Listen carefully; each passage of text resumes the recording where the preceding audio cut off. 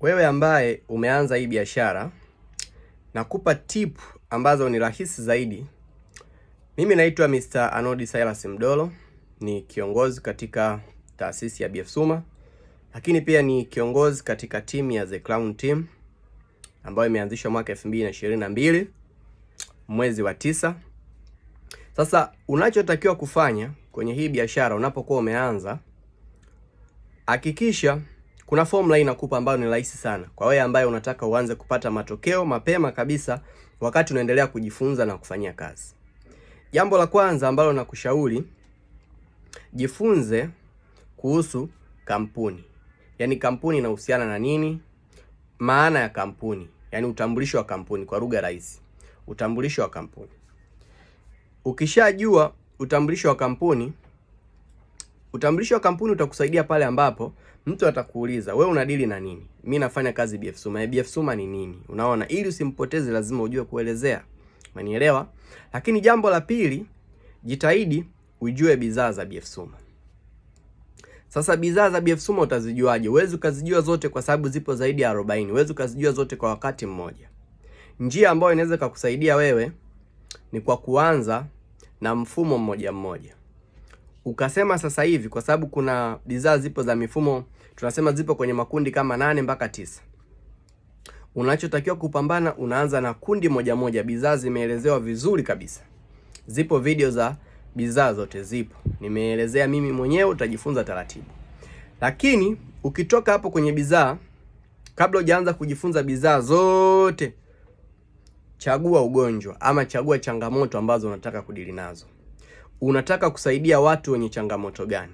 Labda nataka kusaidia watu wenye uzito mkubwa, nataka kusaidia watu wenye shida ya bawasiri, nataka kusaidia watu wenye shida ya nguvu za kiume, nataka kusaidia watu wenye shida ya sukari, sijui homa ya ini, pressure na magonjwa mengine yote. Hebu chagua mfumo mmoja, alafu ule mfumo hebu ingia, nenda kausome vizuri.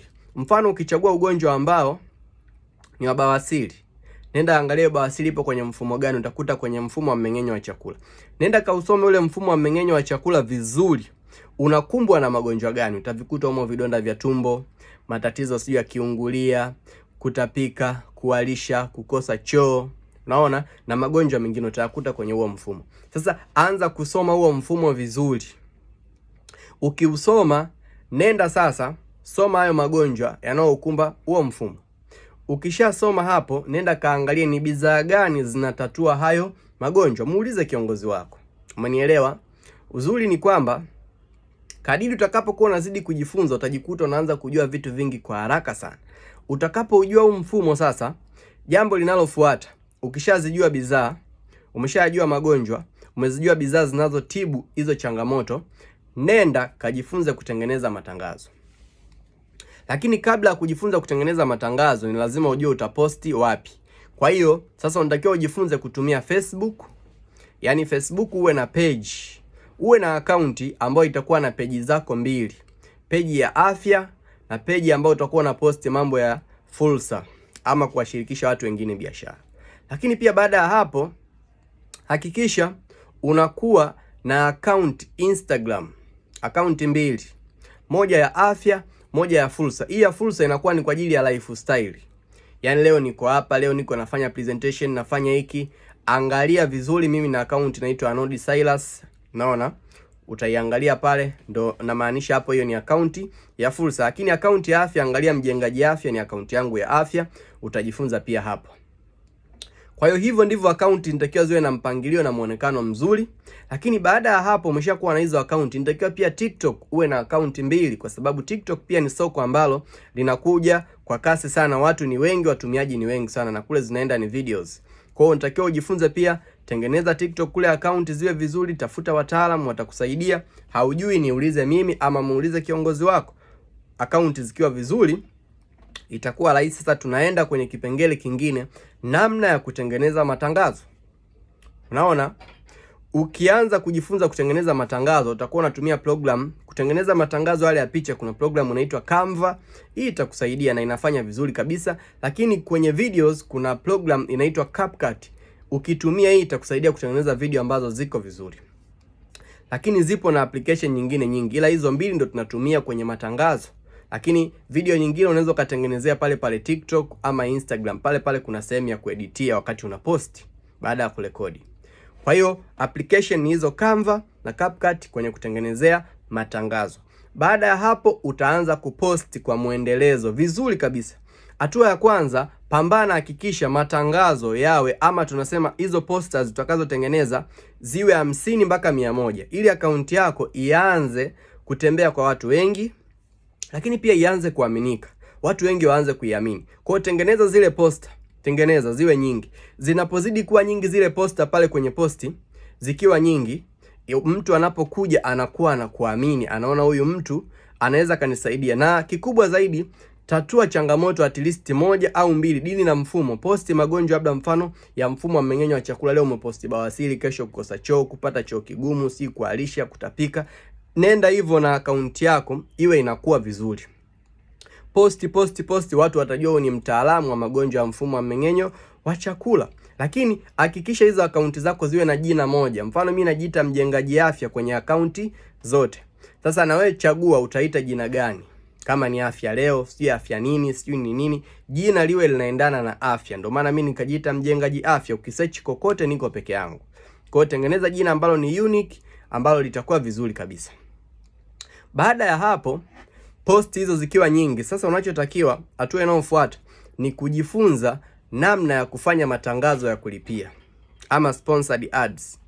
Haya matangazo ya kulipia ukijifunza itakuwa rahisi sana kuweza kuanza kuwafikia watu wengi, kwa sababu yale matangazo unachagua umfikie nani, ana umri gani, anapatikana wapi, umenielewa? Lakini pia huyo mtu interest yake ni nini, ana jinsia gani. Kwa hiyo ile kwa target watu nao wataka inakuwa ni rahisi zaidi, na hiyo haiangalii followers wako. Kwa hiyo followers sio issue sana wakati unapambana huku kwenye kutaka kupata matokeo. Followers wanaweza kawa wanakuja ukiwa unafanya haya matangazo ya kulipia. Kwa hiyo usihangaike sana kuhusu followers, utawapata tu. Na wale walio kufollow wewe sio wateja wako. Unaona? Wale mara nyingi huwa sio wateja. Ambao wananunua kwetu sio wale walio tufollow. Ni mara chache sana kununua kwetu wale ambao wametufollow. Jambo lingine, baada ya hapo hatua inayofuata, unatakiwa ujifunze kuclose ama kufanya closing skill. Yaani kuwa na ujuzi wa kumfanya mteja afanye maamuzi ya kununua. Hiyo tunaita closing skills ama kufunga mauzo. Hapa kwenye kufunga mauzo unatakiwa ujifunze sasa. Unaona? Zipo mbinu mtandaoni, ukiingia wapi, si YouTube wapi, namna ya kufunga mauzo, ukiandika kwa Kiingereza wapi, kote zipo mbinu nyingi. Jifunze taratibu, jifunze aina za wateja, namna ya kuongea na wateja. Unaona kuna video ambazo nimefanya aina za wateja, namna ya kuongea na wateja. Hizo video nimefanya, muombe kiongozi wako link au niombe mimi mwenyewe, nitakupatia ujifunze. Baada hapo utaongeza na mbinu zako nyingine kwenye kuclose pale ili uwe na ujuzi mzuri kabisa. Baada ya hapo utaenda sasa kufanya practice, kuwekeza pesa.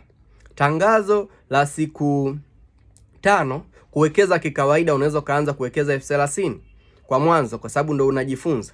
Unalipia lile tangazo 30,000 kwa siku 5, watu wataanza kutafuta. Unaona, tangazo hilo kama liko kawaida litakuletea watu 10 kwa siku. Lakini kama linafanya vizuri zaidi watu watakuwa zaidi ya 10, hilo liko vizuri. Lakini kama kwa siku litashindwa kuletea watu 10, wakawa chini ya 10, watu 5, 6, hilo halifanyi vizuri, badilisha, lipia tangazo lingine. Watu wakiwa kuanzia 10, hilo liko vizuri. Kwa hiyo kwa siku 5 tunatarajia utaongea na watu zaidi ya 50 kupitia wewe kutoa hiyo 30,000.